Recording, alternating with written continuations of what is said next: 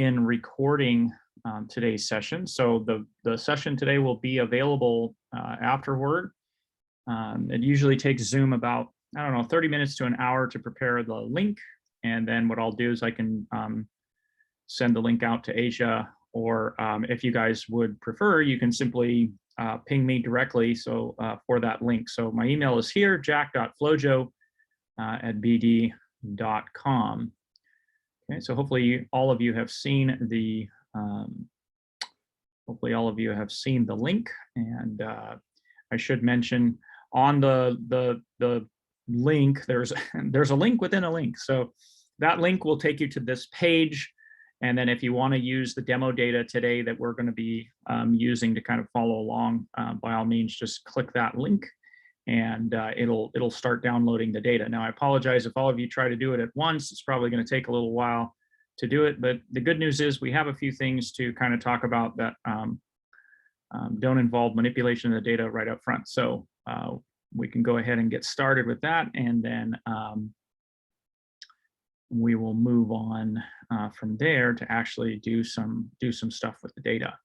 Okay, so if you happen to have the data, what I would like you guys to do right now is just simply find that folder. I believe it's called immunophenotype data, and you can simply drag and drop the data folder into the FlowJo interface. It really doesn't matter exactly where you dump it, but generally I aim for the lower section.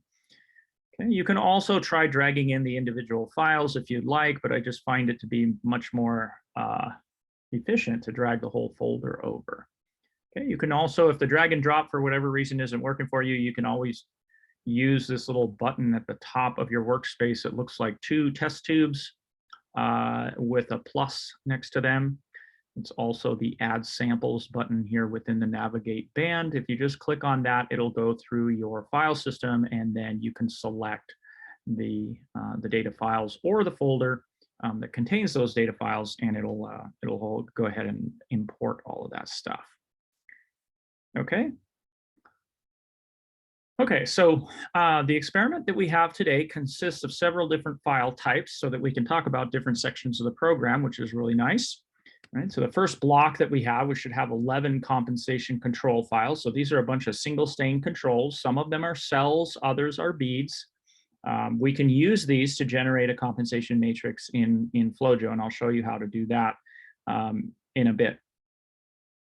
The other sets of files that we have here are a series of what are known as fluorescence -1 controls. That's what FMO stands for, fluorescence -1.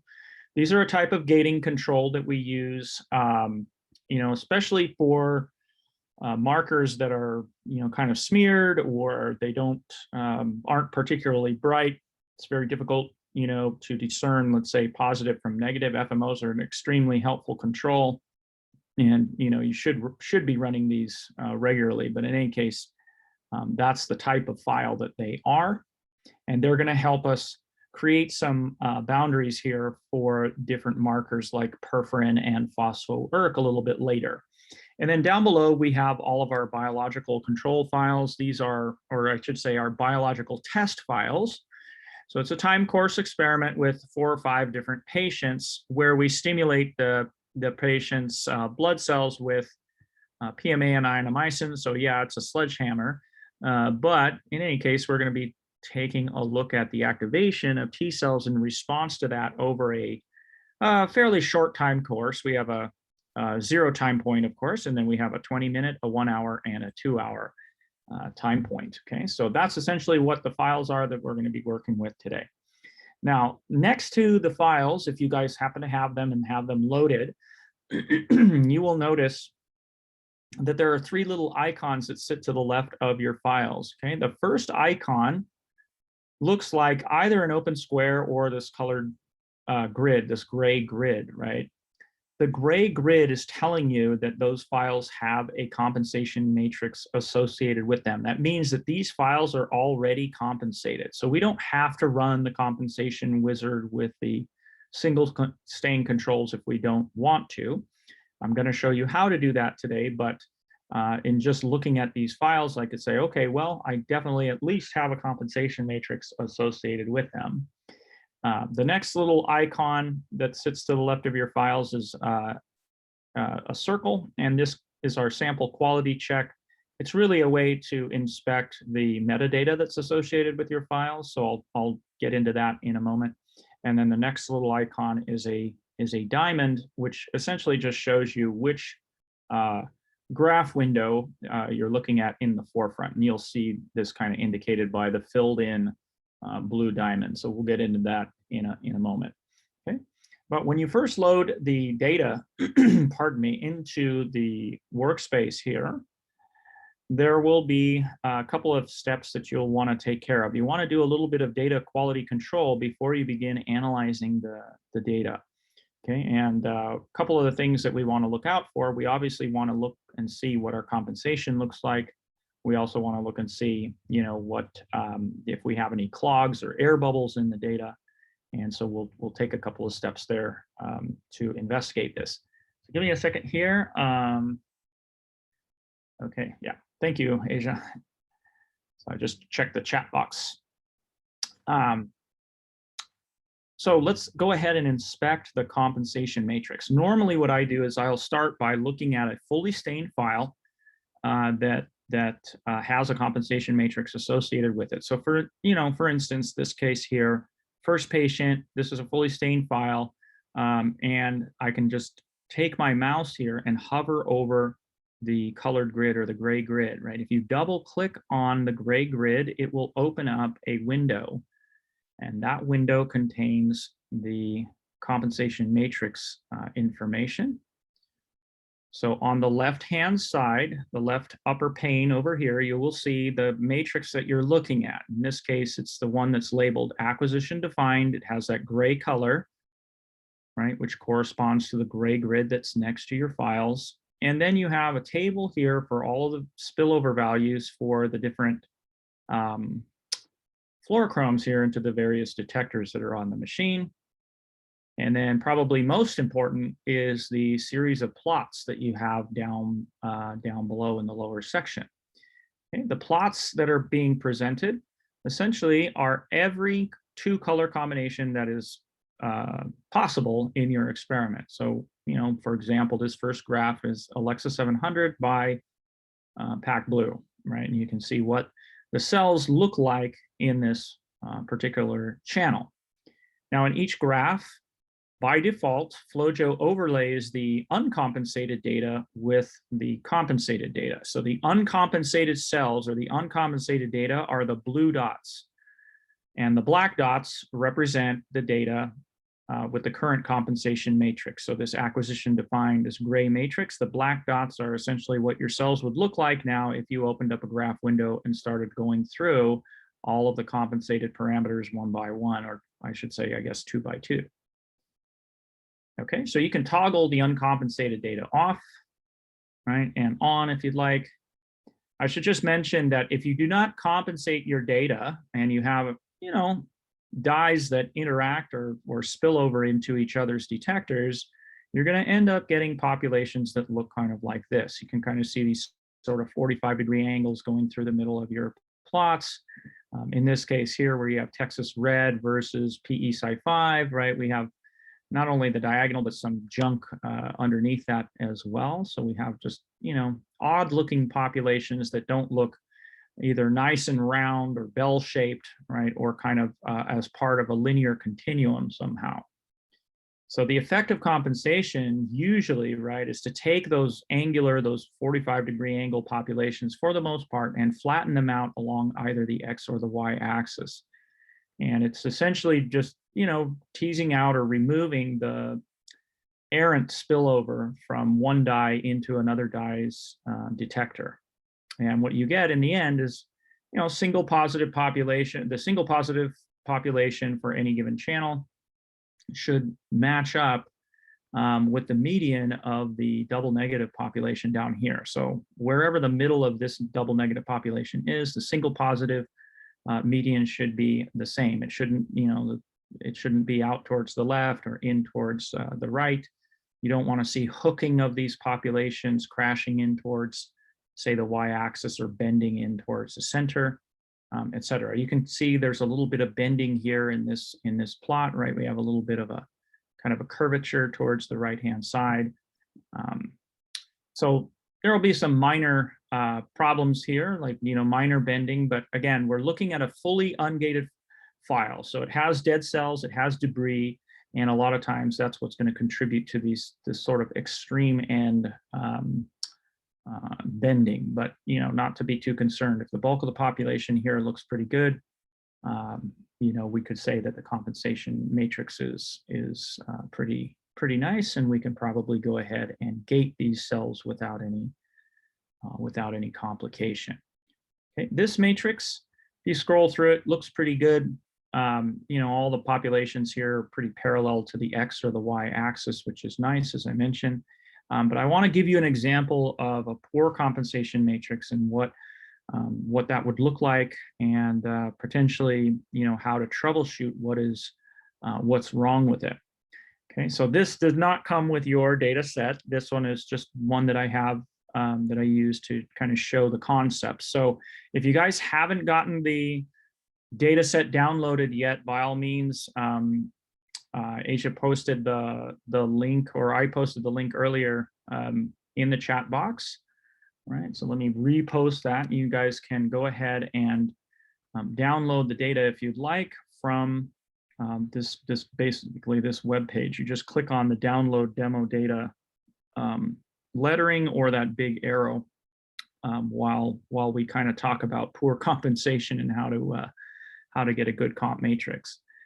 Okay, so if I double click here on the comp matrix of this problematic workspace, right? I double click on that. I will see my 2x2 plot here, right? It's a 4 or 5 color experiment, right? 4 colors, I guess. 5 colors. I see 5 up here. I'm just looking at the numbers of parameters. And let's toggle the uncompensated data off. Okay, now this is an example of a compensation matrix that's got a decent amount of difficulty problems going on with it, right? Number one, you have a population here, right, that is hooking in towards the y-axis, right? It's not parallel to the axis. It's definitely bending towards the left here. Same thing when we look at this color combination, BV605 versus PE. You can definitely see that there's some bending towards the left. Okay, down below, BV421 here, we can see that this population of cells is reaching, like it's looking like it's going to crash into the x-axis. Probably if we added a little bit of a transformation here, it would probably slam right into it. Okay, same thing over here. We're reaching backward. Some cells are crashing in towards the axis. Okay, maybe a little less obvious is kind of the football-shaped populations here, kind of in the middle on the top series of graphs. Maybe right here, you can kind of see that 45-degree angle going through the middle. But it's very difficult, right? When you look at this plot, for example, which is the double negative population? Is it the one right here, or is it this guy? And if it's this guy on the lower end, why do the single positive populations radiate out from the middle rather than from the double negative population, right? Remember, the median of the double negative population, right, should match up with the median of the single positive population along either axis, and vice versa. Really, these guys should match up their medians with the double negative population here. Okay, so the question becomes, well, why did we get this kind of a matrix? Okay, well, let's take a look real quick at the rules, right, for good compensation. Number one, this is where we should kind of focus our attention, especially if we're brand new to flow cytometry, maybe even if we've been in flow for a while, but now we're starting to ramp up our experiments to include more colors. These are rules that, whether you're designing a 4-color panel or a 28-color panel, these are rules that will always apply. They will never go away, and they will always pay dividends if you pay close attention to them. Okay, so the first one is the compensation control. Whatever colors you have in the experiment, you got to make sure that the brightness of your comp controls, right, is at least as bright as the cells that you wish to investigate. So, if you've got cells that express high amount of marker X and you have a fairly, bright dye on that marker, you got to make sure that your compensation control, right, is at least as bright as those cells that are expressing that particular marker. So you could use beads or you can use cells, but just make sure that the brightness of that single stain control at least matches that of the brightness of your test samples. Okay, if it's brighter, it's better usually. And the other thing I want to mention about that is the number of cells or number of beads that you have in that discretely positive population, right? You need to have at least 500 cells or 500 beads that are in that really bright population for your single stain control. Okay, if you have a fairly broad distribution of cells, that try to focus your positive gate on the far right end where the brighter cells are, and hopefully you will have enough, right? Again, trying to get that 500 cells in on the right hand side of the positive gate. Okay, we'll see this when we get into the compensation wizard a little bit later, but that is rule number one, and I have to say probably 70% of the time this is the rule that gets violated. Okay, the second rule for good compensation is matching your fluorochromes, right? You want to make sure that if you have transgenic animals or transgenic cell lines and you're doing some sort of staining with them, just make sure that, if you've got transgenic animals that express GFP or M cherry, that you have cells that are expressing GFP or M cherry as your compensation controls, right? Don't use Alexa 488 or FITSI to compensate for GFP, or vice versa, right? The emission spectra are similar, but they're not the same, and that's going to cause problems for compensation. Okay, and this is especially true when it comes to tandem dyes, right? You want to make sure that when you're working with tandem dyes that you want to use the same lot number, right? So if you have, let's say, the compensation controls are using lot number 9, but in your experiment, you're using lot number 12 of a tandem dye, you may have difficulty with your compensation because tandem dyes are particularly labile, meaning they break apart or they lose that secondary fluorescence fairly easily in the presence of light or other factors. So you want to just make sure that if you're using lot number 12 in your experiment, then you need to use lot number 12 for your comp controls. Okay, when it comes to tandem dyes. Okay, matching the autofluorescence is kind of the third rule. This just means that if you have an experiment that's you've got maybe some cell controls, some of your compensation controls are dictated by cells. So for example, a lot of times our live dead dye, right, the viability dye, we use cells for that, but we may use beads for all of the other fluorochromes. And just make sure that in that case you have fully unstained cells as the negative control or the negative comp control for the viability dye, right? And then of course you've got to have the positively stained cells for the viability dye as well, but you just need to make sure that you match the negative and the positive up correctly. So don't use unstained beads with positively stained cells for a given compensation control. And we'll take a look at that in more depth when we get to the compensation wizard. Okay, and then the last step I should mention here really doesn't have to do directly with how your data turn out in FlowJo per se or any other software, but good panel design is sort of the overarching theme of good flow cytometry data. So know what instrument you intend to use for your experiment. You actually should start here. Know your instrument, know what detectors are set up on it, what filters you have, what lasers are present, and then look at the antigens that you wish to identify on your cells. Are they abundant? Are they fairly rare? Do you not know the expression of them?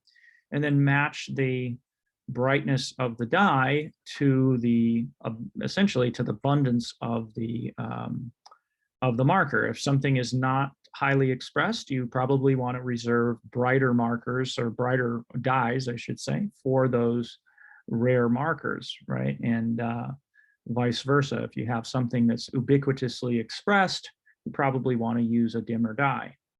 Okay, but all of that information filters in, and taking the time to generate a good panel is going to pay dividends in the end, and most likely will help you, obviously, with the other 3 rules that we have set up here. Okay, so let's go back to that problematic workspace, take a look and see what went wrong in this instance. Okay, so we have a bunch of stuff here. One of the first things that I will tell people to do if they have problematic compensation matrices is I will tell them to go ahead and overlay their compensation controls with a fully stained file in the layout editor, and then just look to see how bright your sample is versus how bright your single stain controls are. So I'll show you guys how to do this if you don't know how to do it already a little bit later. But that is what we've done in this experiment so far. So let me actually just kind of focus on the graph on the left for the time being. Okay. So here in red is the compensation control. Okay, in this case, it's the comp control for BV605, and then the sample is in blue, right? And we're actually looking at it on the x-axis here with the uncompensated parameter, in this case, the uncompensated BV605. This is essentially what the raw data would be looking like on the machine, pardon me. Okay, and you can clearly see here that the cells, right, the test file, the test cells are, which are in blue, right, are fairly bright. They're out here 10 to the 5th, right? The compensation control, in contrast, is out to, let's say, 10 to the 4th, right? A little bit beyond 10 to the 4th. Definitely not as bright as what you have in the sample. Okay, so this is problem number 1, right?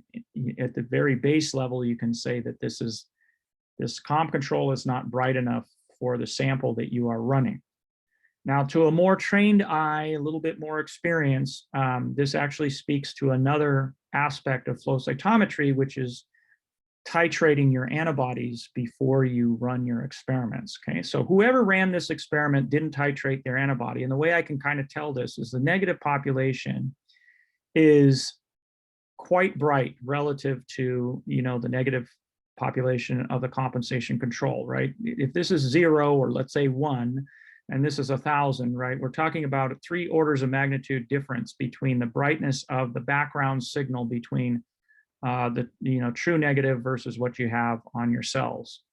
So if this person had just taken the time to titrate the antibodies, this background level would have probably gotten closer to this, and likely would have brought the really bright peak that you have out here within the range of the compensation control. Because when I actually look at the compensation control, this is actually pretty good comp control, right? 4 orders of magnitude is a pretty long distance to cover, and that's pretty good. It's the real problem here is that the person didn't titrate the antibody, so everything looks brighter, including the background, and unfortunately, it exceeds the brightness of the single stain control. So you have a problem there. So BV605 is blown. When it comes to BUV 395, okay, in this case, the comp control and the test files are at least as bright as each other. So this is good. This is fine. But again, I will say that the brightness of the background signal here for the cells is quite bright in comparison to the background of the compensation control. These guys should be closer to one another. If this person had titrated the antibody, at the very least, they would have saved a little bit of money right there. Okay, BV421, comp control looks good, right? The blue is within the red bounds, so that's great. But again, the background signal quite bright, save some money, drop this signal down. That would have been probably the optimal thing. In the case of PE here, look what happened in this case, right? Same thing as we saw in the very beginning. Comp control is not brighter than the sample. And in this case, strangely, I think like whoever it was, they titrated the antibody just fine, but for whatever reason, their compensation control is a really poor one. And it's strange because PE is really, really bright. So I don't know what the heck happened there. Okay, and then Alexa 647, everything looks okay here, right? We don't really have cells that are out that are brighter than the positive peak. So did okay, but we blew 2 of the compensation controls, okay? So I don't know how you would rescue this experiment because, again, it's just really poor technique on 2 different levels. And trying to fix this would be difficult. What I would tell the person is just, hey, titrate your antibodies and then run these, just run a test sample that's been fully stained versus your single stain controls and make sure that, your single stain control is at least as brighter than what you have in your test file. So waste of some reagents in this experiment. Okay, now that's one data QC step that you guys need to take. Another one that you should do, right, in addition to inspecting the compensation matrix, is you want to open up your files and change the x-axis here over to time. And basically what you want to do is you want to preview each of the files, looking to see that the distribution of events, right, from left to right is even, that there's no shifting of the data downward or up, right? Or if you have, generally speaking, if you have gaps in the data, that's an indication of a clog. And usually right before the gap happens, there's some anomalous data that you may want to remove. And I'll give you an example of this in a second, okay? But normally what I do is I change the x-axis here over to time, and then I just use the left or right arrow keys here to kind of flip through my samples, just looking at that time axis to make sure everything is nicely distributed, right? Evenly distributed. Now I can tell you in this data set, everything's going to look pretty clean. So there's not much to be, looking at here, but I'll show you an example of a problematic file. Okay. This again is a different workspace, so don't worry about it. You guys don't have this data.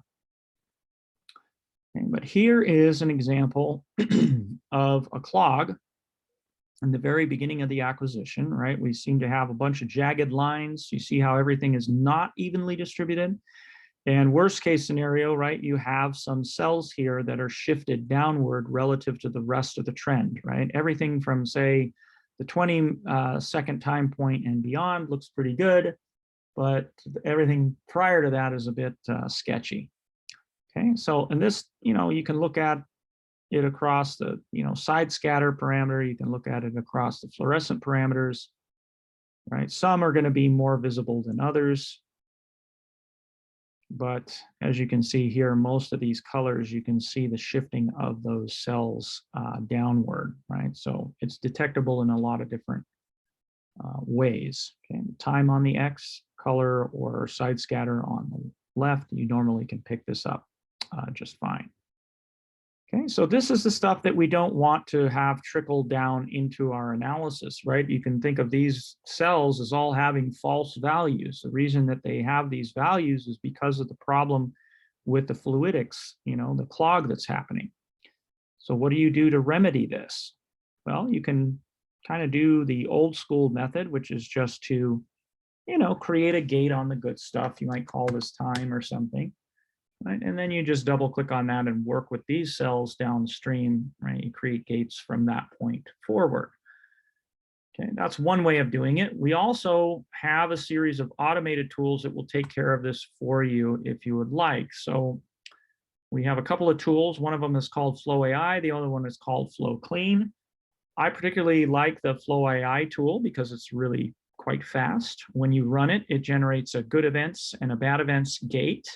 And if I actually bring these populations up for a second and juxtapose them, you can see, right, what FlowAI is doing, or at least you can see what it has done to the data. Okay, so the bad events is on the left. You can see that it's clipping out all the clogged space. On the right, you have the good events, right, which is essentially everything that is relatively even.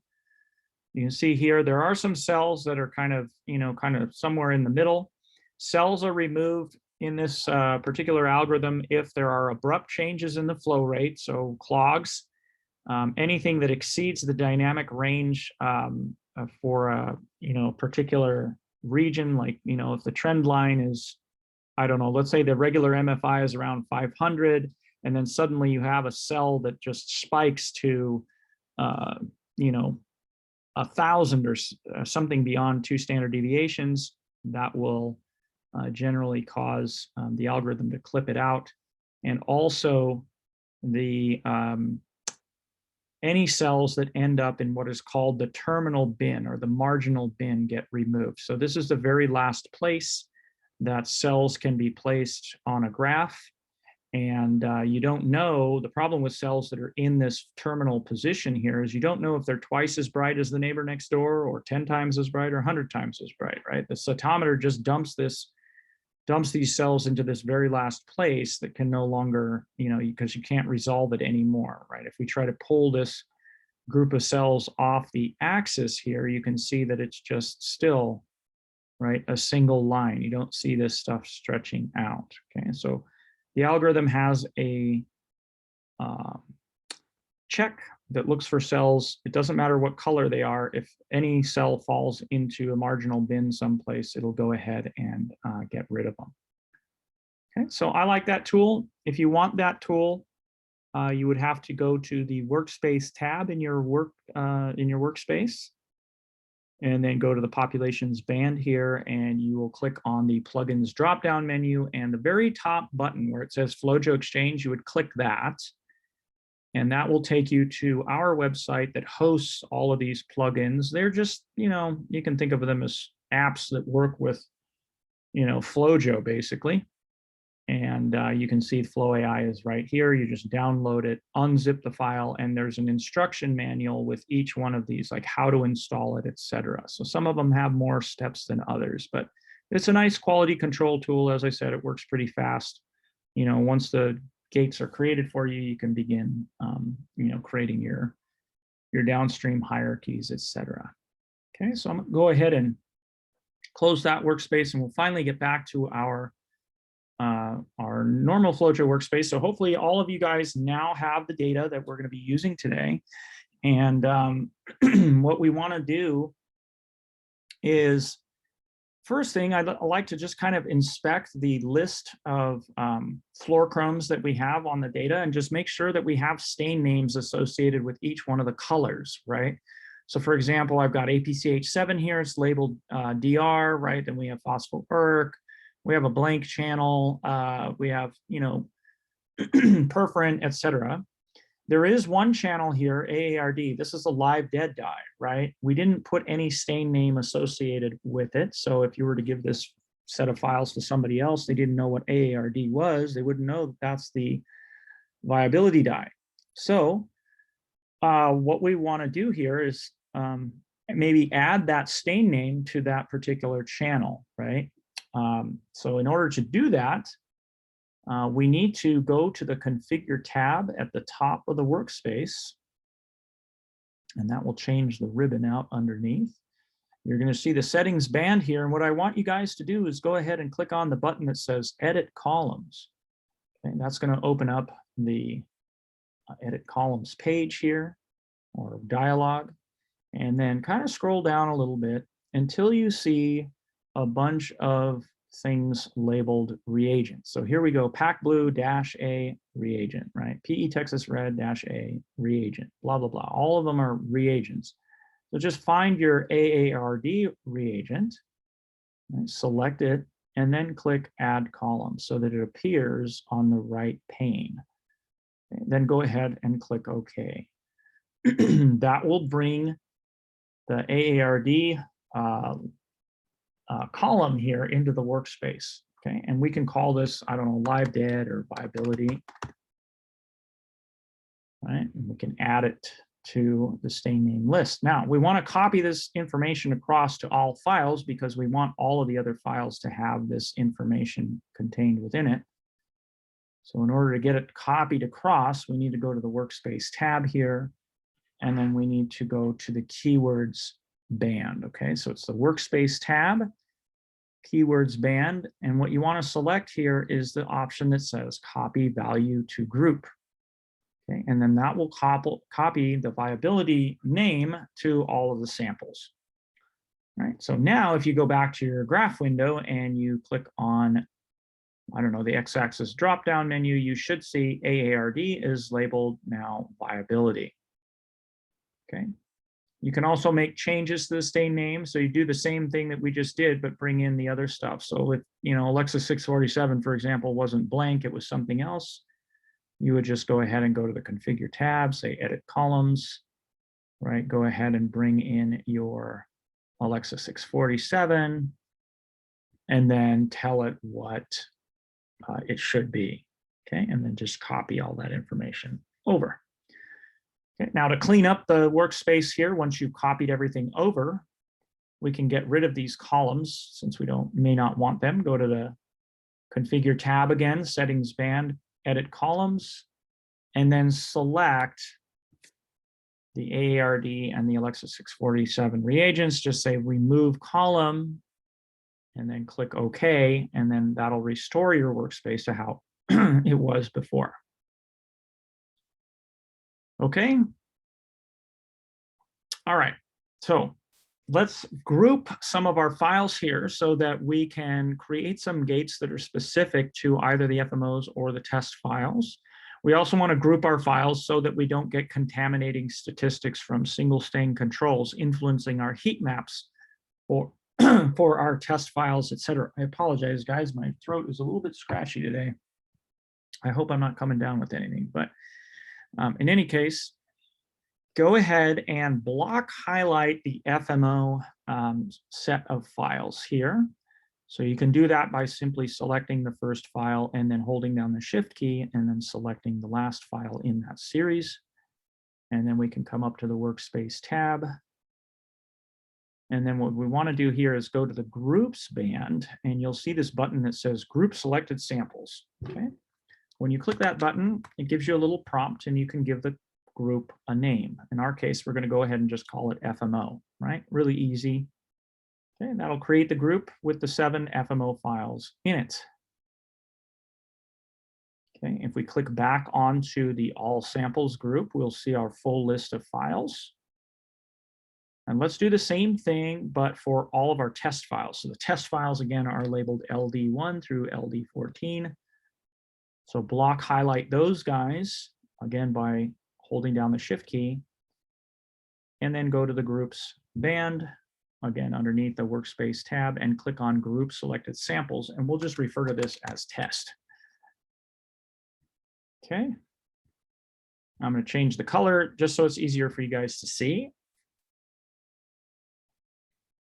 Okay, now in the experiment, as I mentioned, we have some information about the experiment. We've got a time course, right? We have a non-STEM 20-minute, 1 hour, and 2 hour. And then of course, there's information about the patient, right? It's patient 1, patient 2, 4, blah, blah, blah. We may want to include that information in the workspace so that we can sort our files based on the time point, right? Or based on the patient or any other experimental variable that we're interested in. Okay, so we don't have anything that describes these files that exist in the metadata as is. We want to add some keywords to import this information or to tag it to these files. Okay, so the first thing that we can do here is we can right-click on a file and we can say add keyword. And then from here, we might call this keyword, we might call it like the stim condition, right? Or something like that. And that will give us a new column. And now we can call these files, or at least we can say what it is. Maybe I should have called it time point rather than stim condition, right? Because I'm going to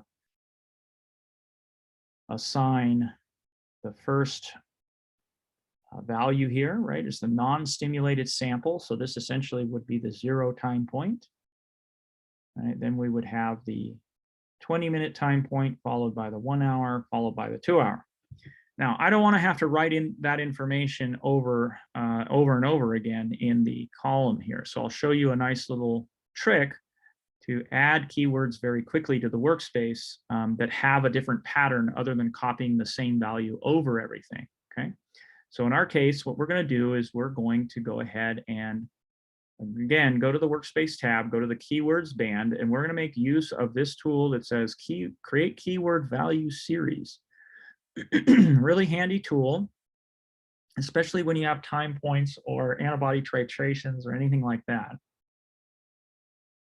And in this menu, you want to make sure that where it says at the top here, where it says keyword, you make sure that from the drop-down menu, it says stim condition or whatever the keyword was that you would happen to add. Hovering over it for some reason causes it to give me that little ding. Okay, but kick the second set of tabs here from numerical keys, go ahead and boot it over to keywords, because we're actually going to be using numbers that don't sort of follow a typical pattern. Okay, so the first value, right, you'll get a series of prompts here essentially. For the first value, we'll go ahead and type in the value 0. The second value is going to be the 20-minute time point. Okay, so we want 20 in there.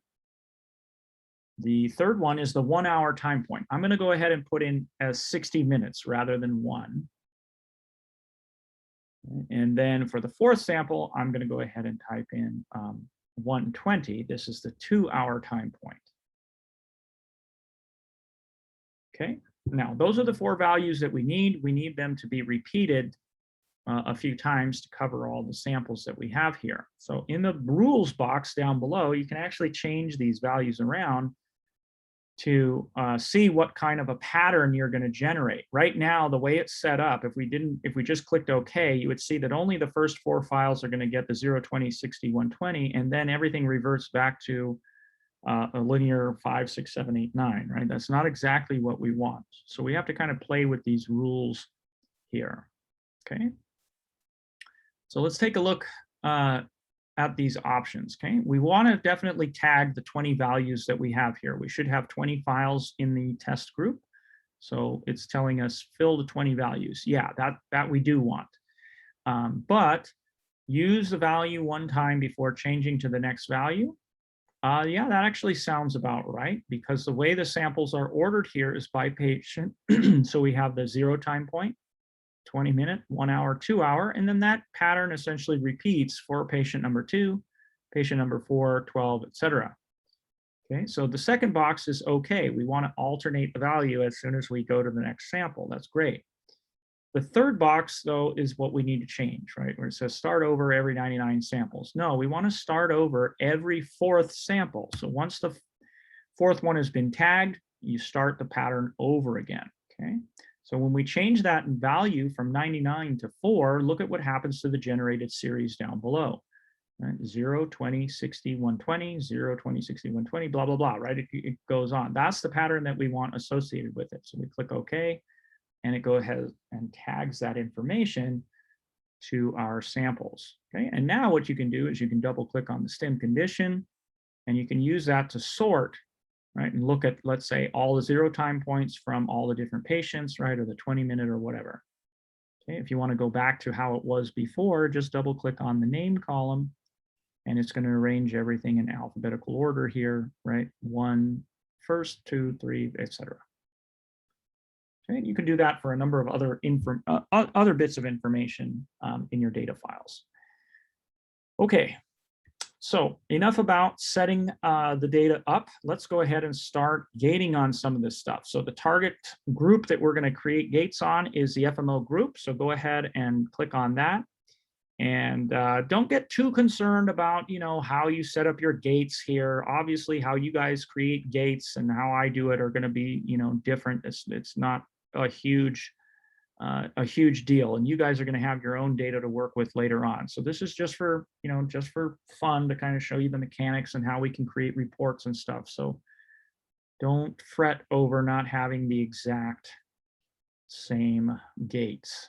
Okay, I'm going to use the polygon tool here, the squarish looking Pac-Man, to create an odd shaped gate around the lymphocytic population. Okay, we're going to go after the lymphocytes, so just draw a circle or something around them, and then double click on that. And then we'll do a little bit of doublet discrimination here. So we'll pit the forward scatter, the area parameter, right, the -A versus the -H here. And you should see a sort of diagonal population. And we want to essentially isolate the cells that sort of fall along that diagonal. So again, I'm going to use that polygon tool, and I'm just going to kind of, you know, do something like this that excludes a few of those cells, you know, that are kind of falling off the diagonal here. Those are most likely going to be the doublets. Okay. And then we go from here, we double click on that population, and we're going to change the x-axis here over to the viability dies. So we want to make sure that we're going to be looking at the compensated viability, right? Comp AARD viability. And then we may want to change the y-axis here to side scatter rather than forward scatter. Okay? And we're going to go ahead and isolate the living cells. So the cells that exclude the die, or the negative ones, are going to be our cells of choice, right? So we're going to say here, those are going to be our live cells. Okay, so hopefully your gates are on at least 3 of those populations. You can kind of see here in the workspace that they sort of form this indented hierarchy, right? Lymphocytes, single cells, live.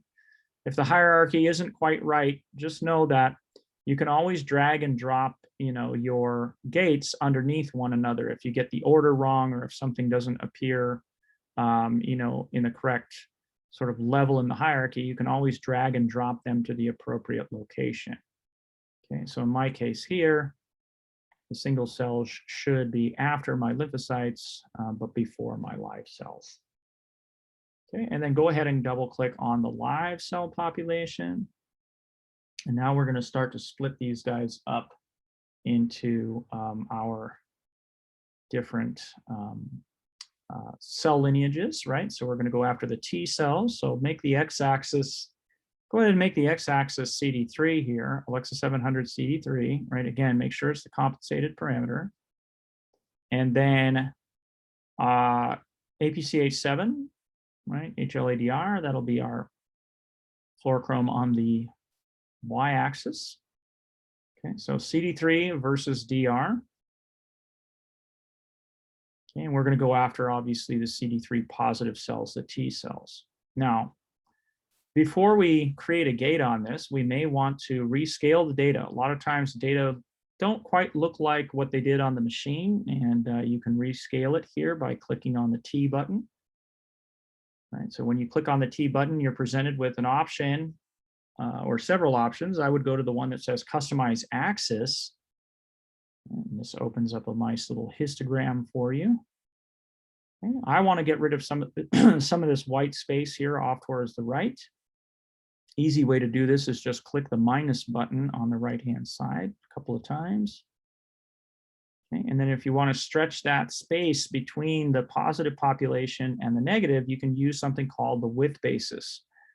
Okay, the width basis, if you move this off towards the left, it kind of zooms in on that area around 0, that negative population. Or if you move it off towards the right, it sort of zooms out, right, compresses it.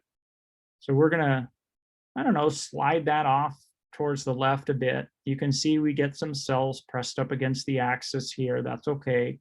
You have this extra negative decade slider that you can use to kind of pull those events off. Okay, so that you get something that uses a bit more of the real estate in the graph window so that you can see the cells clearly, and also it makes it easy for us to gate the population, right? So we click apply, and you'll notice that your CD3 kind of gets stretched out a little bit. Okay, we might do the same thing for the y-axis here. Again, click on the T button, go to customize. And from here, we can click on the little minus maybe once or twice. Same kind of thing, blow up that area around 0 by moving the width basis slider off towards the left. And then let's pull the events that are pressed on the y-axis over, get them off by using the extra negative decade slider. Okay, and then just click apply. All right, boom, there you go. You've got a very clear CD3 positive population separated from the negative. You can use a polygon, or you can use the quad gates, right? Whatever you want to do. Let's go ahead and gate the CD3 positives. Okay, I use the quad gates, the curly ones. that have these nice little curved arms that kind of follow that funnel shape or the dumbbell shape distribution of your single positive populations. Okay, and then go ahead and double click on that quadrant or on the gate that you created around them. Okay, then from here, let's go ahead and split these into CD4s and CD8s. Okay, so PE Texas Red on the X, Pac Blue on the Y. If you guys are following along, the sample that you probably started with is the same one that I did. It's an FMO that does not contain CD4, so you really don't see any CD4 positive cells. That's okay. FMO allows us to create the gate for the boundary between positive and negative. So we can now take, like, I don't know, maybe a rectangular gate, right? And we can go ahead and draw this next to the CD8 population there. We kind of know where the negative ends and the positive begins. Okay, and I'll just label that as CD4 positive.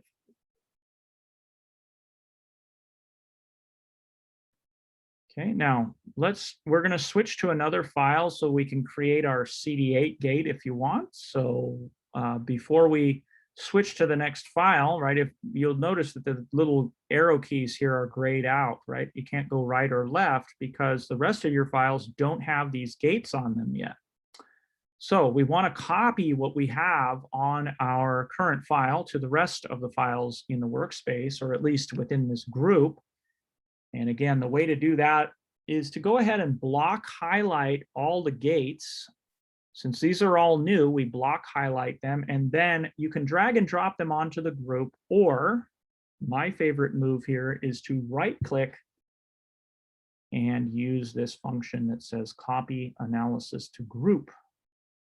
Okay, that will tag your gates onto the group, in this case, the FMO group. Okay, now all other files will have this. If you go back to your graph window here, you can now use the right and left arrow keys to advance to a sample, in this case, the sample that has no CD8 in it. Right, so for this guy, you can go ahead and create another rectangular gate, right? Maybe something that looks like this that abuts that negative population, and you can call this CD8. Okay, now, again, since we created a new gate here, what I would recommend is that you highlight that gate.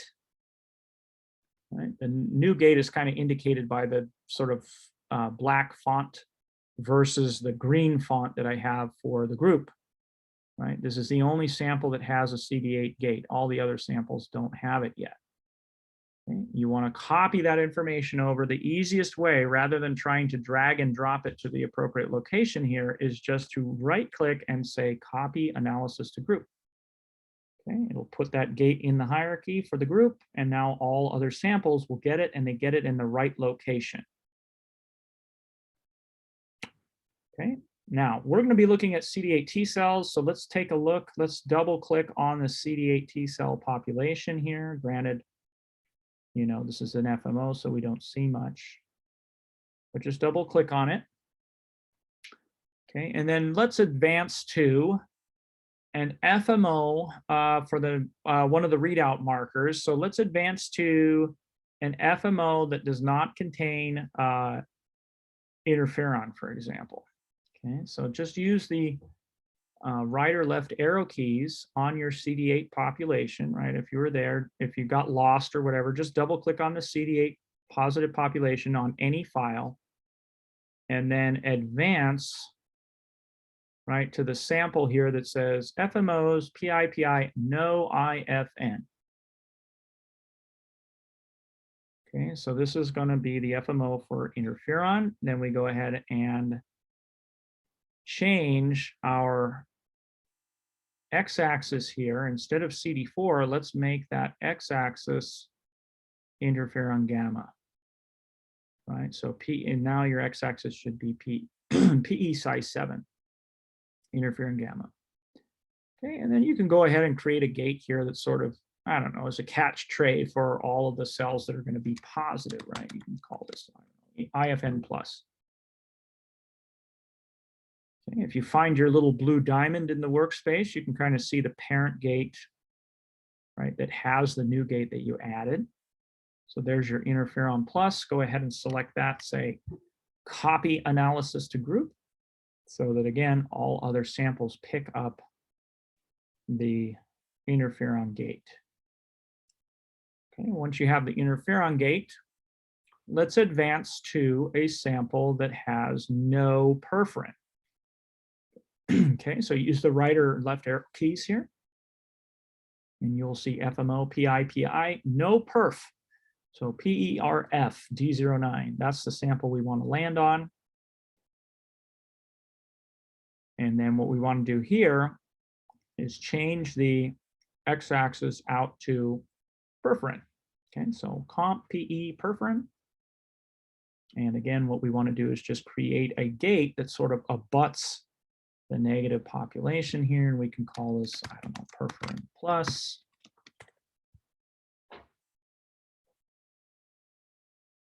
And we do the same thing. We go back to the workspace. We see that blue diamond, find our perforin plus, highlight it, and then we right click and say, copy analysis to group.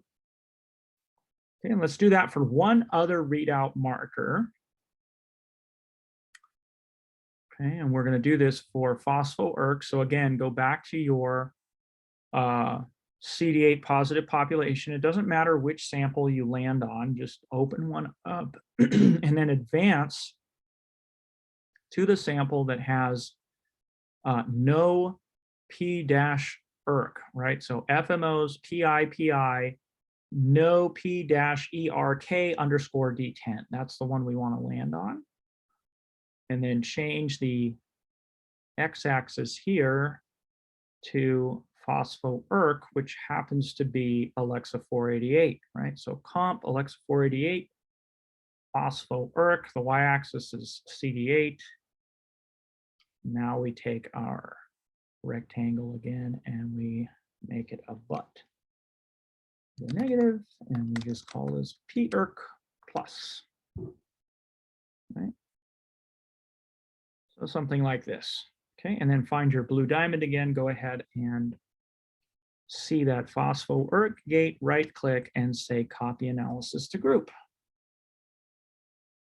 Okay, now we have all the gates that we want for the experiment that we're going to be looking at today. Okay, but we may want to get some MFIs, right? Some statistics associated with these samples. So let's just highlight an interferon population, right? And it doesn't matter which sample you go to, just highlight the interferon plus and then right click and say add statistic. Okay, now for the MFI, a lot of times what we want here is either the median or the geomean. We most of the time are not looking at the actual mean fluorescent intensity. We want the median fluorescent intensity or the geomean fluorescent intensity. Okay, the reason that we want these guys, either of these guys, is because we're going to be monitoring this statistic on log transform data, right? The cells are over a log range. And the problem with using the mean statistic on log range or log scale data is that a single outlier, right, in the positive or negative is going to skew that statistic very heavily to the right or to the left. Okay, but the geomean and the median are much better indicators of where the bulk of those cells are on a logarithmic scale. So it's really up to you which one you would rather choose. Okay, but then go to your list here. I'm going to go ahead and select both of them and then just assign them to the fluorochrome, in this case PE size 7, right? Your population here should read interferon plus. If it doesn't, just click on it, click on the little drop down and select your interferon population. And then click add. Okay, and that'll go ahead and add the statistics here. Okay, let's do the same thing. We want an MFI for phospho-ERK. So if you have your stat window open, just click on the population drop-down menu here and change the population out to phospho-ERK. and then change your fluorochrome to Alexa 488, right? We want to know the MFI for the phospho-ERK. Go ahead and click add. And then let's do the same thing here for perforin. All right, so swap out the population to be the perforin positive, and then change the fluorochrome here to PE perforin. Click add. Okay, once you have those stats in place, you can go ahead and close the statistic menu, and then you'll have to hold down the control key, or if you're on a Mac, hold down the command key to highlight the statistics around the populations, okay? If you select the population that's already been copied over, this method will not work. Okay, so copy only the stat nodes that are new, and then say copy analysis to group. Okay, and that will tag the statistics now to each one of your files. Okay, and just so you know, if you're new to FlowJo, the statistic that ends up in this statistic column by default is the frequency of the parent. So for example, my live population here says it's 96. 96 what? Okay, it's 96% of the single cell population is living, okay? The other 4% are dead cells, okay?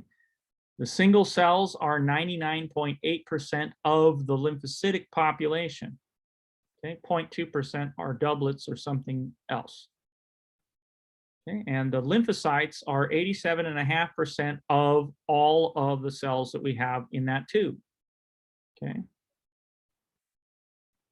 So that's essentially what the statistic column by default shows you. When you add a stat node itself to the population, then it becomes or reflects whatever statistic you've added. So in this case, the geomean, or the interferon positive cells that fall in that gate, is around 3,700. Okay? The median, on the other hand, is around 4,600. Okay, and then whatever ends up in the cells column here, these are the actual counts, the numbers of cells that you have in that population. Okay.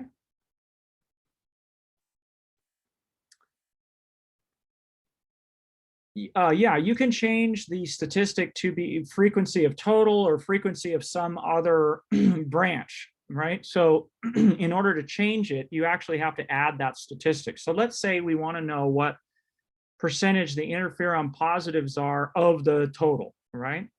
So you can right click here and you can say add statistic.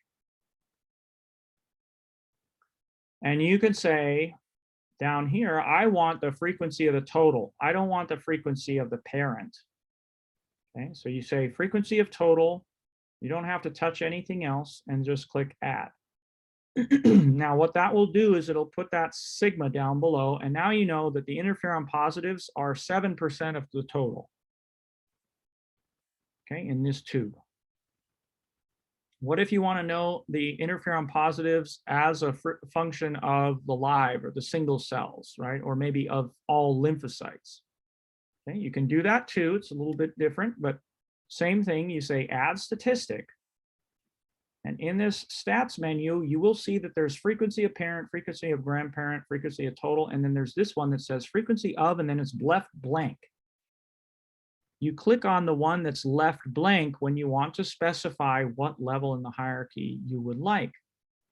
So you say frequency of blank. Okay, the population you are interested in is the interferon positive population, but you want to know what it is relative to something else. Okay, so that's what this drop-down menu is right here. So where it says frequency of, and then it has choose, you tell it you want frequency of, let's say, lymphocytes, you click add, it'll actually spell it out for you here. Frequency of lymphocytes, okay, is 8%. Okay, and of course, you can copy those statistics to the group if you want it for everything else. Okay, I'm not going to use these, but just so you know where they are, we added them, and hopefully that answers the question. Okay, we have all these gates. We need to add them to our test files, right? The test files, if you go to your test group, you'll see that there's no gates that are on your test group, right? We need to copy all this stuff over from the FMO group over do the test files. So let's go ahead and do that. Right? What I recommend that you do here is use this little window pane splitting tool, right? So that you can see both the FMO group and the test group. You can also collapse the hierarchy in the FMO group here so that you don't have to take up that much space. And then block highlight your gates, right, that you have in the FMO group under one of the files. So you have to select the gates under one of the samples. I usually pick the top one. And then just click and drag, right, to drop it onto the test group. Now you'll know you're targeting the test group when you see it highlighted in that kind of blue color. So just click and drag, drop it onto the test group. And now they should get a series of red gates, or at least in my case, they're red. It depends on what the color of the group is that you have. Okay, I chose red just so it's easier for you guys to see. All right. Let me check the chat box here. Okay, we're good. All right. Now we have all of our gates, we have all of our statistics, right? Now we want to make some comparisons, right? Remember, we have the 0, the 20, the 60, etc. We want to see how this stuff plays out. How do these samples compare to one another, right?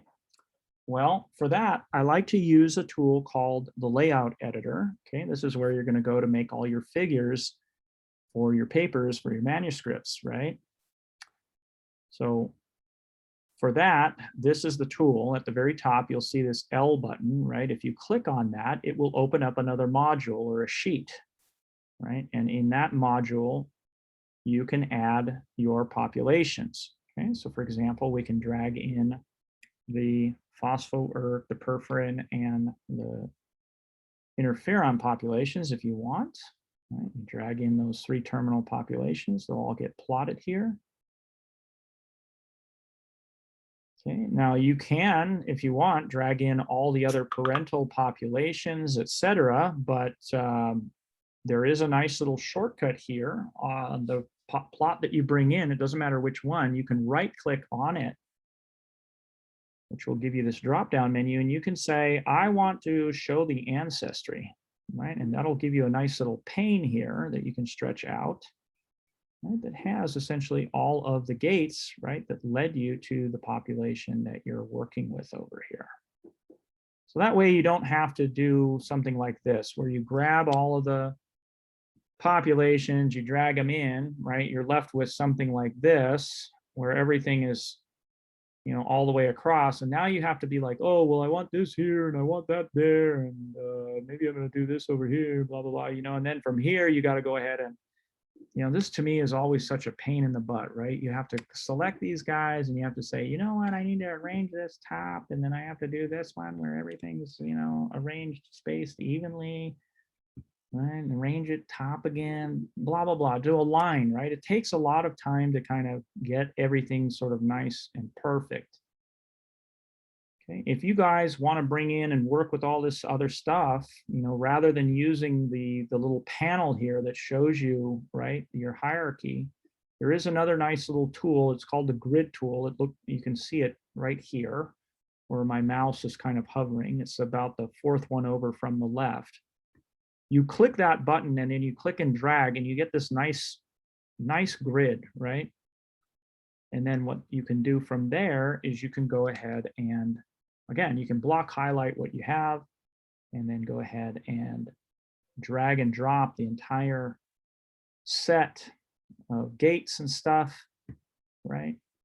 And you get your plots nicely arranged in this grid. And if you don't like the grid, you can always right-click and say extract cells from grid. And then that way, you know, all of your plots are nicely arranged. You don't have to do a line top, a line or space evenly, blah, blah, blah. Okay. Now, one of the problems is if you have these stats floating around, it kind of screws things up, in my opinion. I hate these little statistics floating around.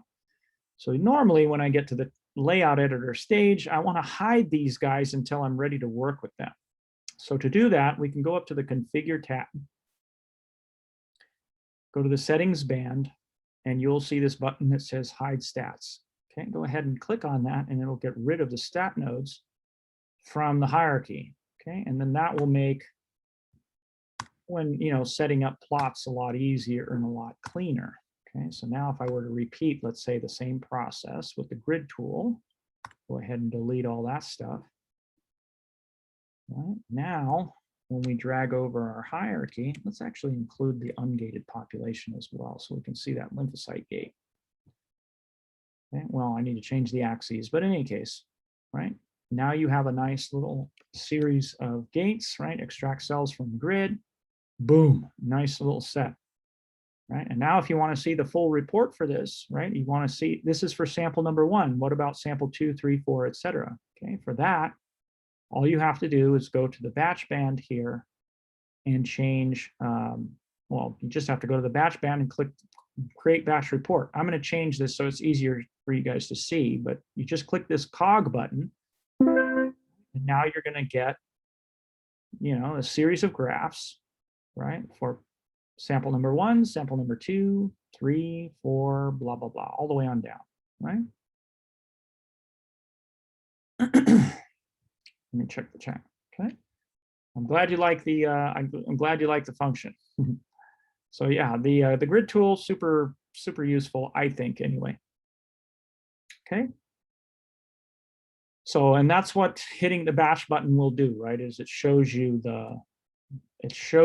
all of the graphs, whatever graphs you want. It's going to show you for all of those samples that you have in the group that you are looking at. Okay. So we have another question that says, how can we insert the axes again into the grid tool? Yeah, right. So when you do it this way, right, it actually abandons the axes. So it's actually an order of operations thing, right? Let's go ahead and delete this. I'm going to recreate my grid, right? So I come here, and what I'm going to do this time is, instead of taking my gates and dropping them into the grid, I'm going to intentionally drop them off on, I don't know, somewhere outside the grid. It doesn't matter really where. Okay. And then once they're sort of off to the side, then you can drag them into the grid. Okay. And then everything comes in with the axes labels, right? And then from there, of course, you can right click and say extract them from grid. Oh, that's not very nice. It sort of has everything kind of jumbled. Okay, well, I have a solution for that as well. So let's just create that grid again. We'll do this, right? We miss, and then we take our plots, drop them into the grid tool. Okay, now the grid, it just so happens to be an object. And so if you go to the object tab here and you change the line color from black to that box that has a slash in it, right, the 0, it actually gets rid of the grid. At least you can't see it visually, right? And then all of your stuff is still nicely organized, right? So unfortunately, extracting the cells from the grid with the axes labels kind of jumbles the plots, which is unfortunate. But if you just get rid of the line on the grid, then everything is nice and organized. Okay. All right, so let's do something a little more complicated. There's so many functions in the layout editor, I could spend the whole day talking about it, but I just want you guys to be able to access the stuff that you need to get your experiment out, right? And you want to do comparisons usually between samples. That's normally what we end up doing in a flow experiment, or any experiment for that matter, right? So in our case here, let's say we want to compare the 0 time point to the 20, 60, and 120 for patient number 1, and then we want to create a batch report that shows us that same pattern, but for all other patients.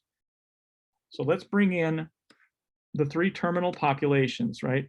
Go ahead and highlight your interferon, phospho-ERK, and perforin, and then drag and drop them into the layout editor, okay? You get your 3 plots like we had in the beginning, and now we need to create an overlay with the remaining samples, essentially, okay? So we come over here to LD1, the C01 sample. If you want to look at the time point here, this is the 20-minute. Okay, you can go ahead and click and drag, right, the interferon population, dump it into the layout editor, and then if you didn't target it directly in the beginning, you can just simply drag and drop that graph on top of the other one, and you will start to build the overlay, right? And then you can scroll down now to the B01 or the 60-minute time point, find that interferon, and then go ahead and drag that guy over, right? If you directly target it, it'll go right away. And then you go to the fourth one, the 120-minute time point, right? Same thing, find that interferon positive, go ahead and drag it over and then dump it on top. Your legend should get bigger and bigger.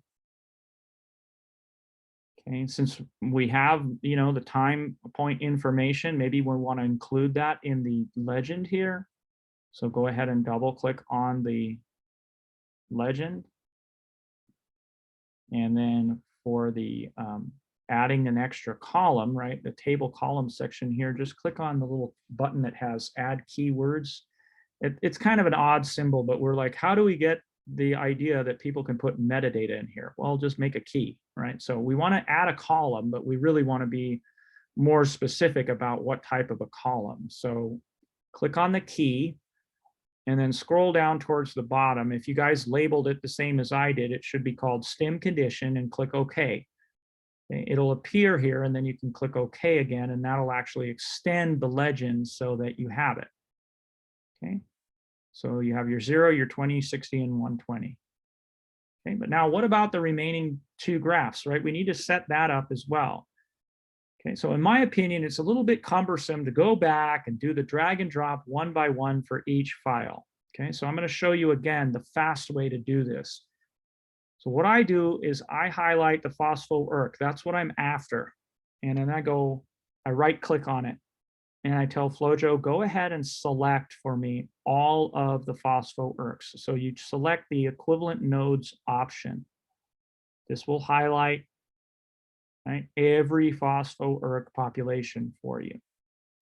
And then what I do is I drag and drop this onto the plot that I have in the layout editor.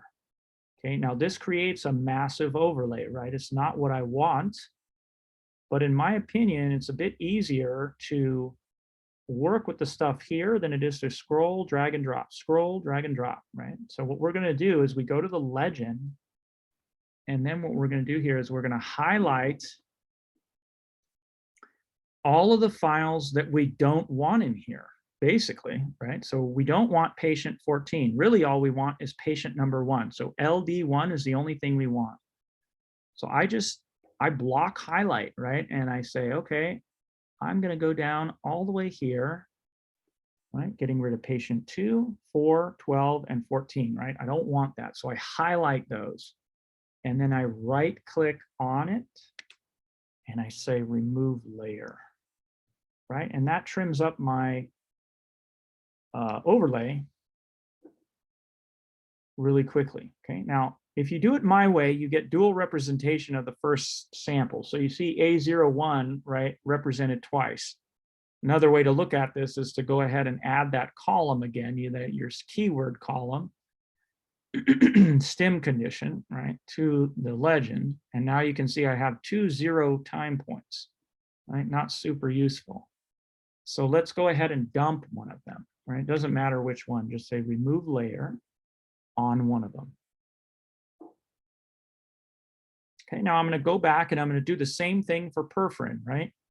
Again, because it's a bit more efficient, I think, to go ahead and go over here, say select equivalent nodes, drag and drop that onto my perforin plot, right? And then I click in the legend here, right? I block highlight everything that is not patient number 1, and I simply right click or control click and say remove layer, right? And I get rid of the dual representation of the first sample. So, right, that A01, we can say remove layer.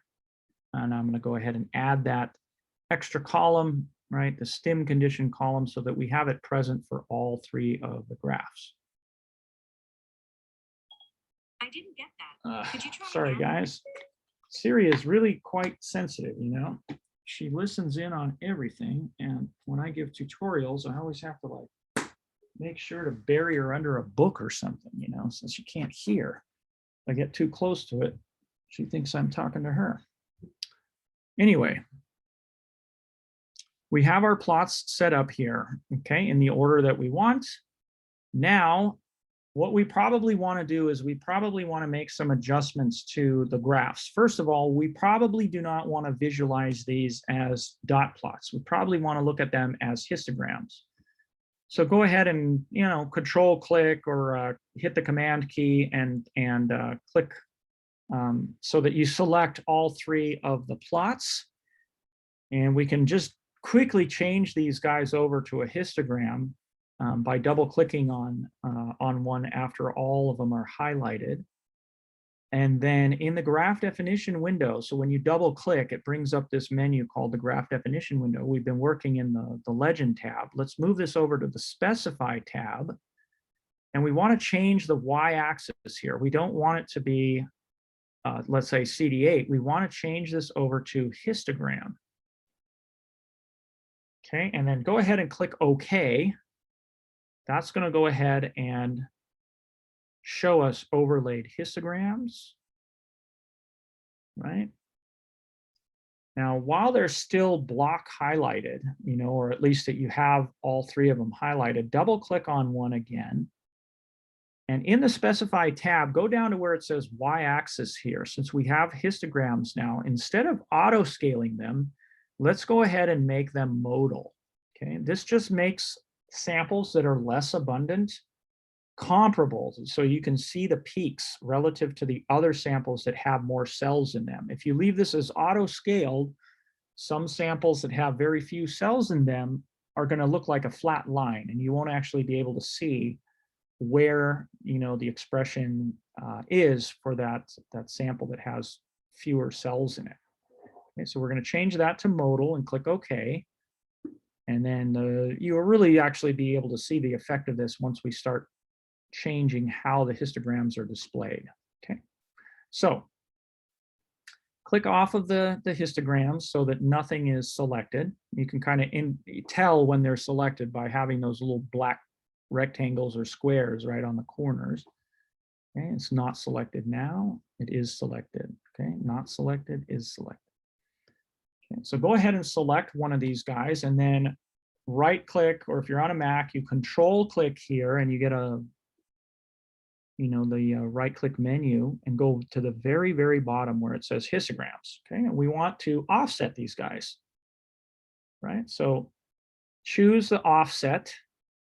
This one does a full offset, so there's no overlapping, right? If you go to the next plot, do the same thing. Right click, go all the way down to the bottom where it says histograms, try a half offset, right? You can kind of see now the peaks are sort of overlapping with one another. And then maybe for the third graph, you can right click here, go all the way down to the bottom and say stagger offset. Okay, so those are essentially the options that are presented to you.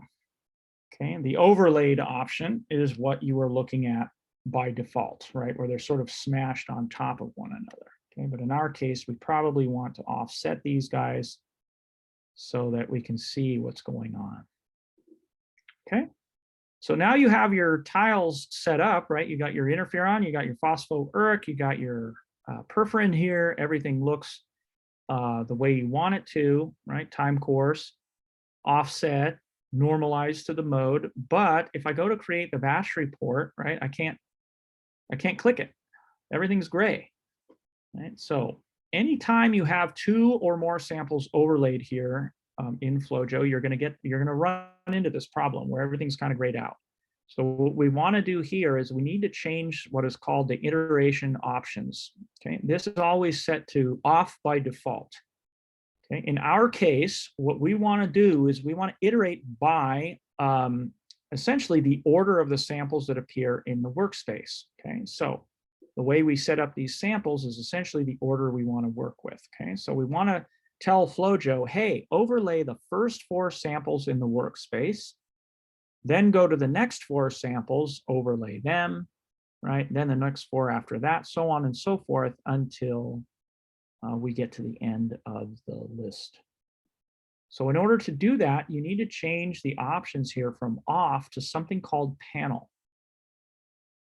Okay, and this again just tells FlowJo to reference the order of the files here and overlay as many as you specify. So we say panel iterate, please, and then how many samples should we overlay? Well, we have 4 different time points, so we want to add this or make this this number to be 4, right? The 0, the 20, the 120, and the 60, right? Okay, once you have that, you now can create the batch report, right? So that you can see what the result is for every patient, right? And for interferon, for phospho-ERK, and for perforin, right? And this is what you should get. If I zoom in here, you guys will be able to see that now we're looking at patient number 2, right? Their full set of time points. There's patient 4 and theirs, right? Patient 12, etc. Okay, now again, you have to be sensitive to the order of the samples in the workspace. So if I come back here and I don't know, I quickly check something or I change the order, right? Where I say now I'm going to go with 0 time point first, then move to the next. When I come back to my layout and I say, go ahead and give me the batch report, watch what ends up happening, right? In this case, the first sample has a lot of different patients, all 0 time point, right? The next panel has, again, a lot of different patients. We got 1 0 time point and then 3 20-minute time points, right? Et cetera, okay? Because we have 5 different patients, but only 4 different time points, right? So you get this kind of strange or incongruent overlay. Okay, so just be careful when you use panel, it's dependent on the order of the samples in the workspace. That's all I wanted to show with that. Okay, all right, now I'm going to delete just a few of these because they eat up a decent bit of RAM. So if you guys have limited RAM, you may want to get rid of your batched reports. You can stay back with the originals. And I just want to mention how you can get your data now out of FlowJo, right? So a lot of times FlowJo just makes a batch report to itself. But my favorite option here is to go ahead and say batch to printer, and then you click the cog button. And this is going to go ahead and create, right, it brings up your print spooler and allows you to, retile the data essentially. So you can put so many per column, so many per row. When you go to print this, you have another menu option that allows you to save it as a PDF, right? So not only can I get the hard copy, but I can get the PDF and I can retile the data without having to pay any attention to these stupid like page delineators, right? So I love this option for those reasons. You get 3 in 1. So batch to printer, super useful. PDF is high quality image, usable for your figures in papers. You're going to get your 300 DPI. Okay. There's that option. You can also just batch to PDF if you'd like. Batch to PowerPoint, it's okay. It'll get your stuff into PowerPoint, but everything is going to be sort of grouped together. You can't ungroup it. You have to crop a lot, which I really kind of hate, but that's just how it is. So you can do it that way. The other thing you can do is, let's say that patient number 1 was not the ideal candidate. I'm going to come back here and I'm going to say, okay, instead of ordering things by the time point, I'm going to go ahead and order it by the patient. So patient 1 first and patient 2, et cetera, so that we can kind of reset our panel here. Okay. Let's say that patient number 1 was not what we want to work with. It's not the ideal sample, right? I could say, okay, maybe patient 4, right, is the ideal one, or patient 14. You're not going to report all of the patients across all the samples in a figure. You're just going to pick one that's representative. So what you can do here is you can specify which one is the one that you want to use, right? So we can say, okay, I'm going to take this, and this is what I'm going to use for my paper. Okay, so you have that selected. You can go up to the File tab here and you can say Export Image, right? And here you can export it as a TIFF if you want, right? As well as a PDF. SVG is really useful too because, again, scalable vector graphic. It allows you to ungroup all of the objects. Okay, but SVG is not opened by a ton of programs. Like Adobe Illustrator will open up SVG. There's a bunch of freeware on PCs that will allow you to open up SVGs, but PowerPoint, you know, and a lot of the sort of mainstream programs for using, for creating figures, kind of, it's a little bit hit or miss with the SVG. I mean, Adobe products will, which is nice, but I feel like everybody that uses Adobe is either an expert or like a novice. There's nobody that's in between. So I leave it up to you which program you want to use in the end. Okay, but in any case, that's what you can do if you just want to grab this and then use that rather than creating the full out batch. Okay, so I hope that helps you with your more complicated analyses where you want to make some sort of overlay and look at that overlay over several different samples. Okay, so let's move on to the table editor real quick because we should show that functionality as well. For the table editor, we're definitely going to want to use our statistics. So go back to the Configure tab and find your settings band and go ahead and click the button that says Hide Stats so that you toggle them back on. And you will go to the table editor icon, is this screen looking icon, right? The grid right next to the L. You click on this and it does the same thing, right? It opens up like a page or another module. And then what you want to do here, right, is you want to click and drag your stat nodes into the table editor, right? So this guy takes the stats, the other one takes the populations. I mean, you could still add a population here if you wanted to, right?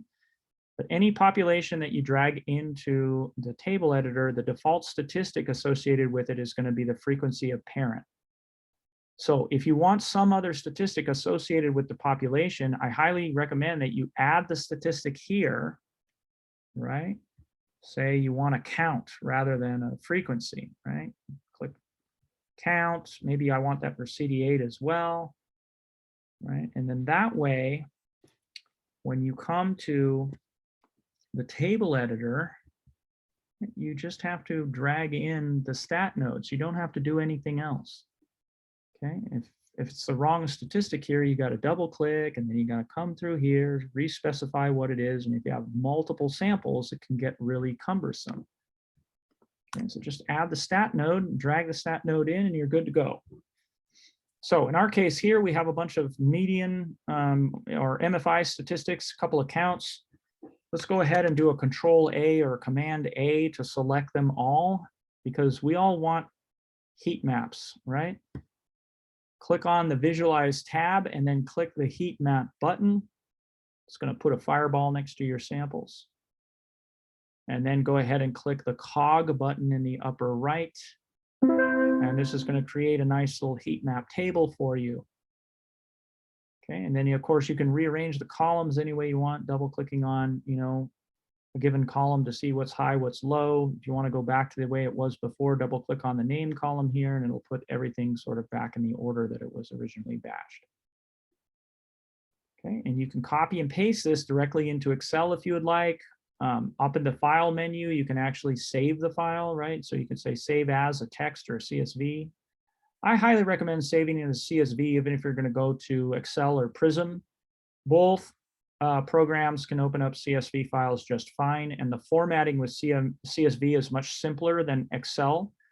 So if we had frequencies, for example, and you export as an Excel file, it's going to include a percentage sign, and that will cause problems for calculations downstream.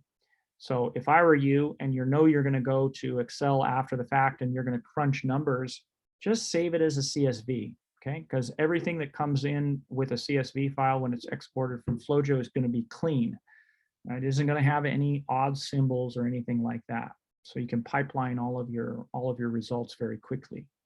Okay. So I'm going to go ahead and close that. I should also say that maybe you want this table, that heat map table, you want it with your layouts, right? You can go here, table editor tab, you go to the display options, right? And you say, instead of display, you can tell it you want it to go to the current layout. And now when you click the batch button, it'll actually put that table, right, with your figures over here. Okay.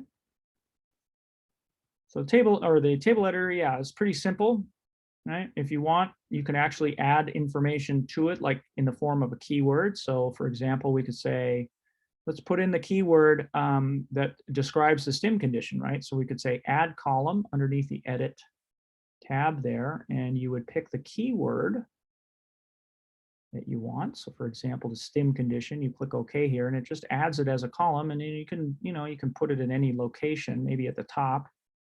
And now when you batch this, you've got your table that has your stim annotation associated with it next to the rest of the columns. So now you can kind of see how the colors match up with the metadata associated with the condition.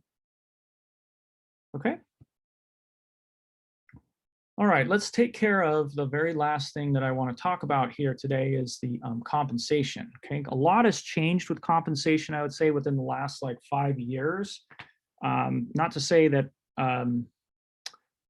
one is better than the other. It's still, I guess, up in the air in terms of what methodology is best, but they're all good. Let's put it that way.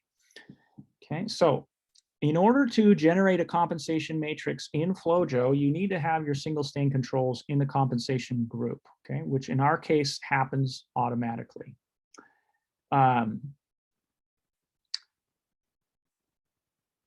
You do not have to, as I mentioned, we don't have to generate a compensation matrix for this data set. I'm just showing you now how to generate a compensation matrix in FlowJo if you wanted to, okay?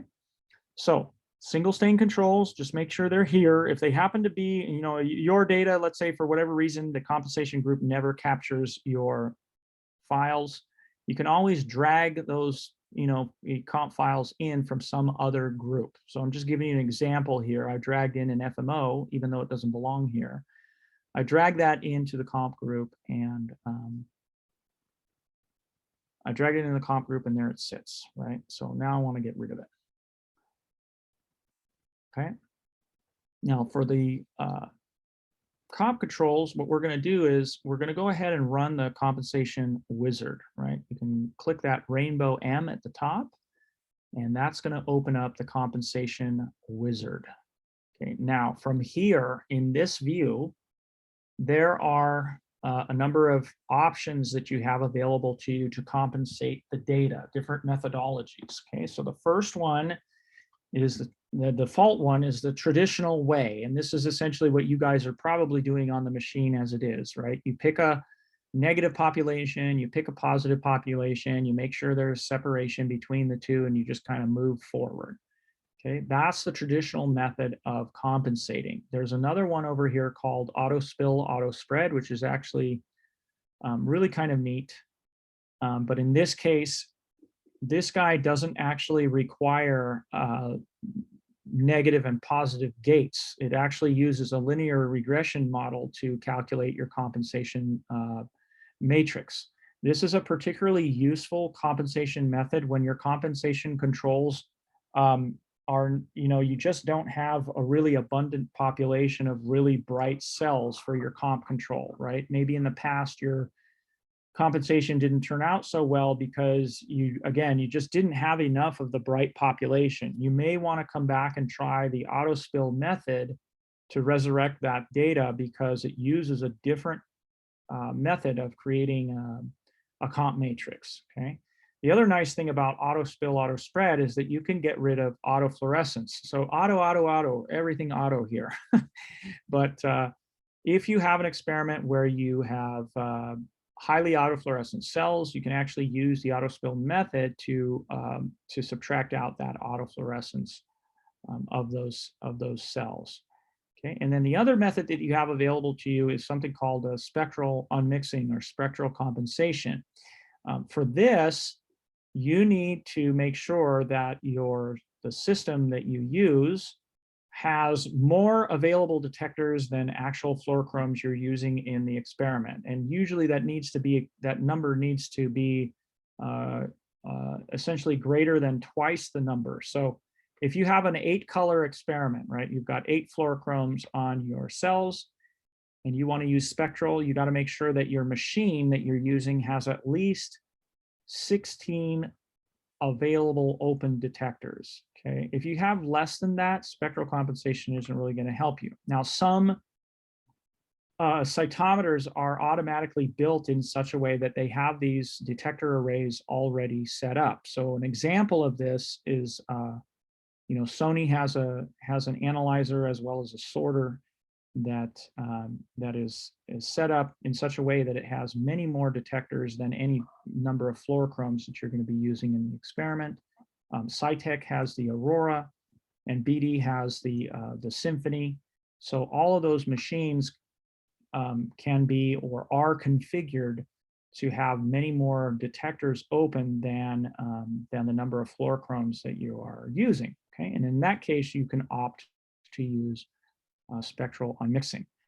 Now, in this particular experiment, we do not have more detectors open than we have fluorochromes. So we're sort of limited to the fact that we can't do spectral unmixing. But if you guys did, you just tick the box here for spectral unmixing, you tell it which detectors you want, and then what I would say is just click on optimize weights, and it's going to go through a series of iterations, and then it will generate a compensation matrix for you that you can then apply to your samples. Okay, so we kind of have to not see the spectral demo today, but I'm hoping that we can do auto spill and of course the traditional method here in a minute. Let me check the chat box real quick to see if there's anything.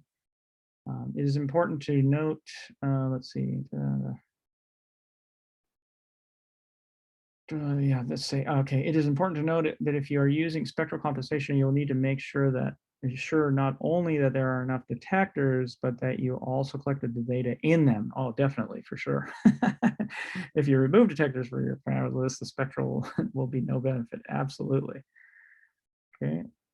When exporting to clipboard and paste to Excel, it has comma instead of dot, like 1.23 becomes 1,23. Is there any setup? I assume what you mean by that is, can you get rid of that? Can you get rid of those commas?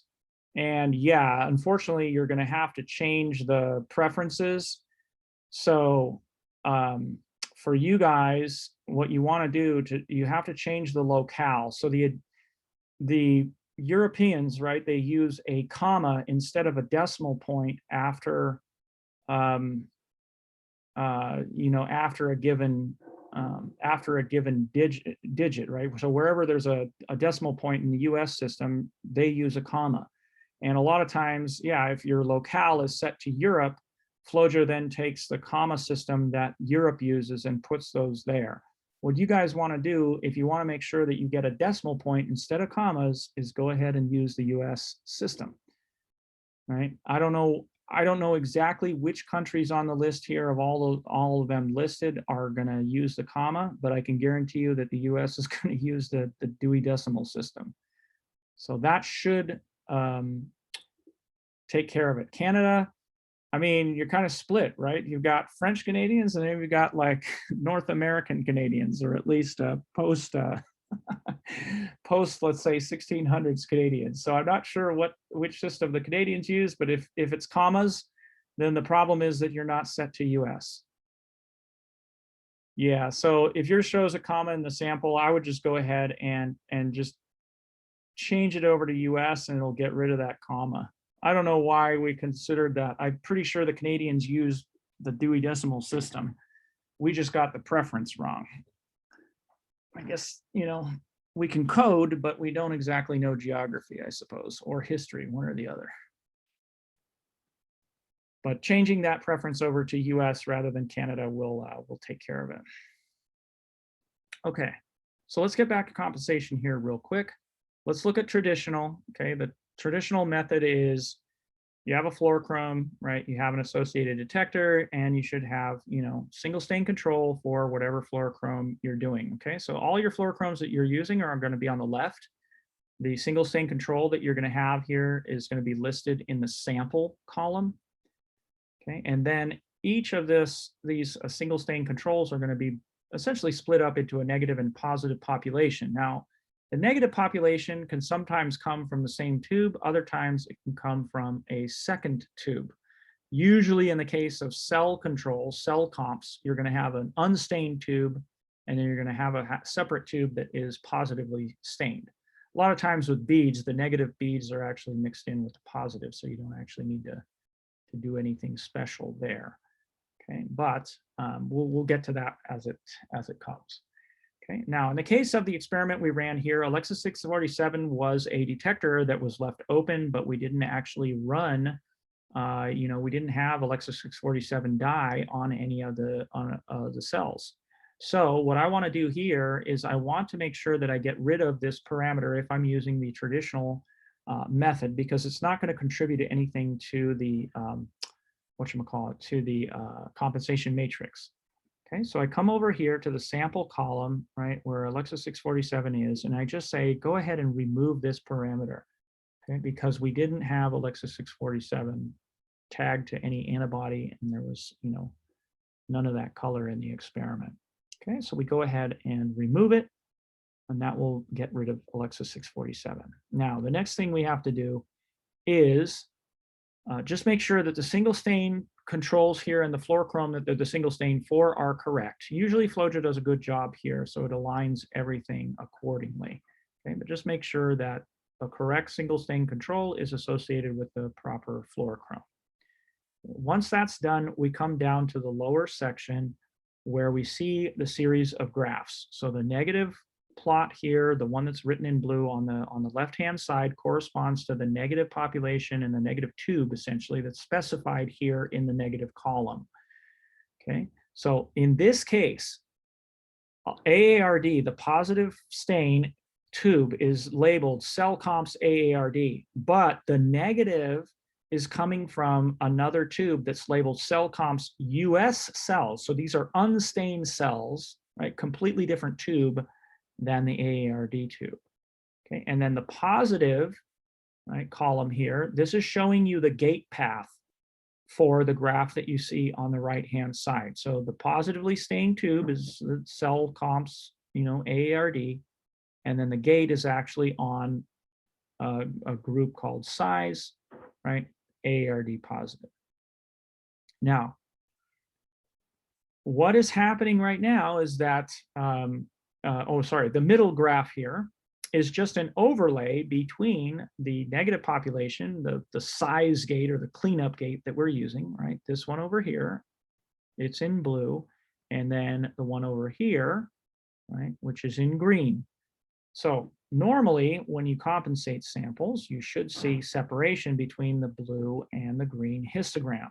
Okay, in the case of AARD though, you can clearly see that our histogram gates here are both sort of overlapping with one another. Okay, so this is one thing that we're going to have to fix here in FlowJo. Okay. The problem that we have is that we don't have enough positive signal, and that's because the gate that FlowJo has decided to land on is a forward and side scatter gate, and it has placed it on a nice healthy population of lymphocytes. Well, healthy cells are not going to pick up the live dead dye, right? Only dead cells are. So what we need to do here is just double click on the positive graph, right? The green graph. And then what we want to do is move the size gate into a location, sort of like 11 or 11, 10 o'clock position, something like that, where we would expect to find dead cells in a PBMC sample. Okay, the alternative to this is just to go ahead and change this over to the viability dye and create a new gate here, right? And then drag and drop that gate for the positive. You could do that as well. Okay, but it works to just have this with forward and side scatter, we pick up enough dead cells here, and you can clearly see that when we move that gate, we definitely get AARD positive cells. Okay, now again, I'm a stickler for the autofluorescence being the same. If you actually look at this plot and in the center, look at where the negative population is relative to the positive, especially the negative population of the positively stained tube. Right? This peak over here, you could say, are the autofluorescent cells, right, in the positively stained tube. Well, these autofluorescences should be the same, but they're not quite, right? Again, because dead cells and living cells have different autofluorescences. So what we want to do here is double click on the negative population and do the same thing. We want to treat these guys the same way that we did with the positive. So take that gate and move it into an area where you would expect to find some dead cells. When we do that, you will notice that the negative, right, the negative populations here, the autofluorescence of these cells is now a bit more comparable. There's overlap between the two, which is good, okay? We're matching autofluorescences across this series of tubes, okay? The positive tube and the negative tube. Okay, so that fixes this particular fluorochrome parameter, okay? And then we go to the next one here, APCH7. This is an autofluorescence no-no, okay? We're using beads for the positive, cells for the negative, okay? You wanna use, if you're using beads for the positive, then your autofluorescence should be coming from beads, not cells. So what we need to do is we need to instruct FlowJo, hey, on APCH7, do not use unstained cells for the negative, use unstained beads. Okay, or create a gate on the unstained population in that same tube. So we go up to APCH7, follow this across to the negative. We can see that it's using unstained cells. We click on that button, and then we say over here, go ahead and use unstained beads. Okay, so now the autofluorescences are correct, or at least should be correct, right? Because we're using the same species, beads to beads. Okay, Alexa 488, same problem. And this is actually a little bit, we can actually see this a little bit better, right? The autofluorescence of the cells is different than the autofluorescence of the beads. Okay, even though they're close to one another, there's considerably more higher autofluorescence in the cells. So again, we want to instruct FlowJo, hey, on Alexa 488, don't use unstained cells, use unstained beads. Okay, great. That fixes that. Now, if we go down to Alexa 700, we got a couple of problems going on here, okay? Now, Alexa 700, we want to use cells for the positive. That's cool. The gate's in the right place too. It's on a healthy population of lymphocytes because, right, we're trying to compensate Alexa 700 and the marker we're using there is CD3. Great. Lymphocytes definitely are going to have T cells that express CD3 incorporated. Okay, now the thing that we want to do here though is we want to take this gate, the positive gate, right, on the lymphocytes, and we want to add it to the unstained sample in the same location. That seems easy enough, right? If we go back to our workspace and look in the compensation group, we come down to our Alexa 700 and we can see there's the size gate. That's this guy right here. If I double click on this, let me actually move the little name. You see how that's called size? It's referring to this gate right here. Okay, the one that's being referred to that says Alexa 700A+, that's this gate in the overlay, right? This one right here, the ranged gate for the histogram. Okay, what we want to do is we want to take that same size gate though, and we want to put it on the unstained sample. The problem here is if we copy this, right, if we just drag and drop this onto the unstained sample, it's going to override the current size gate that we have there. And that gate is proper for the AARD sample, right? If we scroll back up, we want that gate in that same location because of the autofluorescence. So we don't want to screw this thing up. We want to preserve it. So how do we get around this little problem? Well, it's actually very easy. Okay, all we have to do is rename the gate that is on the Alexa 700 population. So here, instead of calling it size, we can right click and call it something else. So right click and say rename, and let's just be super creative and call this cells. Okay, that renames this gate. And now what you can do is you can take that cells gate and you can drag and drop it on top of the unstained sample. So now you have a cells gate and you have a size gate, right? Both of them are represented here.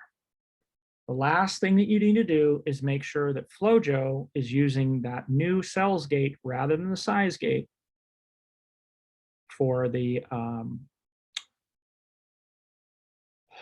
creation of the histogram here.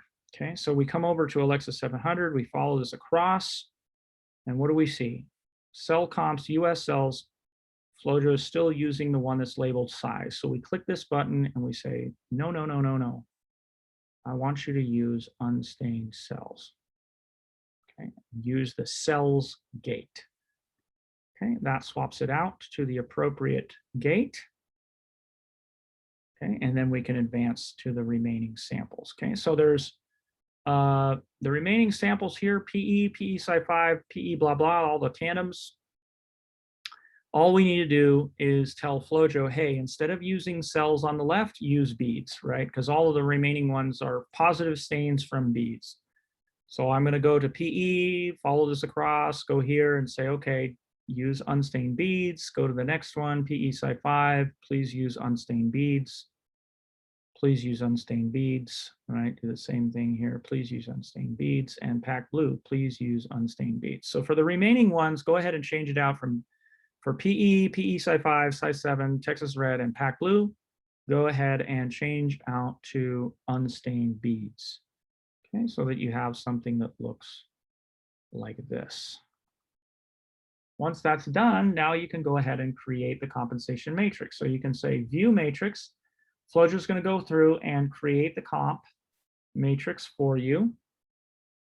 Okay, and if you want to compare this compensation matrix maybe to what you did on the machine, you can actually highlight both matrices. You just hold down the command key if you're on a Mac or control key if you're on a PC, highlight both of them, and then what you'll see here is an overlay. It subtracts one table values over others, you know, and you can see that the changes here, there's very minor differences between the two. But if you look at the series of plots, it's kind of the same situation. You don't see the red dots, which represent our new matrix, right? The red dots don't look very different in their locations from the gray dots, which are the original matrix that we worked with. Maybe a little bit down here, but nothing that I would cry home about, right? This is all good stuff. Okay, so I apologize. We don't have much more time to talk about the other auto spill, auto spread method here, but we can certainly cover that in the advanced session, you know, a little bit later on. So maybe if you guys have any questions, that's really all I wanted to mention today or talk about today. I should mention that if you want to use this new matrix, the one you generated in FlowJo versus the one that already exists, the way to put this matrix on your samples is you have to click the M button here, right? You have to click the M button and drag it onto the group of choice. So in this case here, right, we drag and drop that onto drag it onto the FMO, and we get now this gray grid, or sorry, the red grid. And same thing if I do this onto the test group. You know, there's always a little bit of a delay here when I'm using Zoom, but when I drag and drop it, right, it goes to that particular matrix. If we want to go back to the way it was before, we switch back to the gray and we do the same thing. We drag and drop the M onto the sample. Okay, how important is it the population you gate for compensation? Automatically, it draws the smallest possible gate. It is important. You want to, I mean, what FlowJo does there is it actually tries to create a gate on the modal population. So the one that essentially pops up most frequently, right? The trouble here is that it sometimes puts it in the wrong place. So in the case of AERD, right, we get a nice gate, but it's on a nice healthy population of lymphocytes, when in reality it needs to be placed on a population of dead cells. So the placement of your gates, like the population that you gate on, is important. You obviously want to gate on the population that is positive for that marker.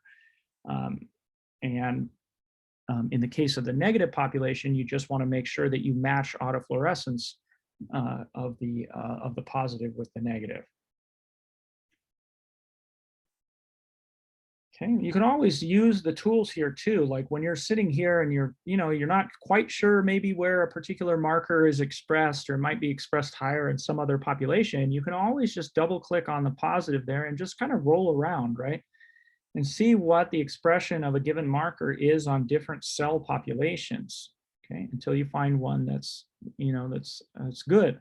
So in our case here, if I move this gate in kind of the 10, 11 o'clock position, right, we definitely see we have an adequate signal, and we've got a lot of cells here that are quite bright. So we've got a lot of dead cells in this location. Okay. When you select, it says error unsupported country when I choose the US in the local. Okay, well, offhand, I'm not exactly sure why it's preventing you from doing that. So I hate to do this because I should have the answer for you, but if you would like, you can email me after the webinar today, or you can simply right now email FlowJo support@bd.com and ask them why you're getting that error. You just want to change it over to the US locale rather than the Canadian locale, so that you don't get the comma. But maybe Wenwei, before you do that, I remember something happening where we may have updated the Canadian preference in a newer version of FlowJo. So check what version of FlowJo you're running first. So what you would want to do here is go up to the FlowJo menu, right? You can click About FlowJo, and then there's this little window will pop up and it'll tell you what version you're using. And I want to say we fixed that at some point in the 10.7s. We're on 10.7.2 right now, but I'm not 100% sure. If yours says 10.7.2 and you still have that problem, I'm definitely going to have to refer you to the tech support group. But it may be if you're on 10.5 or something like that. If you just upgrade to 10.7, you should be okay. And you can easily upgrade. I mean, you just go to flowjo.com and then you download FlowJo. So you click on FlowJo download here, you download it for Mac or PC, and then you just install it. Okay, and that should take care of it. I'm almost certain that was fixed in the 10.7s. Okay, cool. Yeah, try that first, and then if you still have a problem, let me know. Okay, I'm going to go ahead and stop the recording. So this will be available, and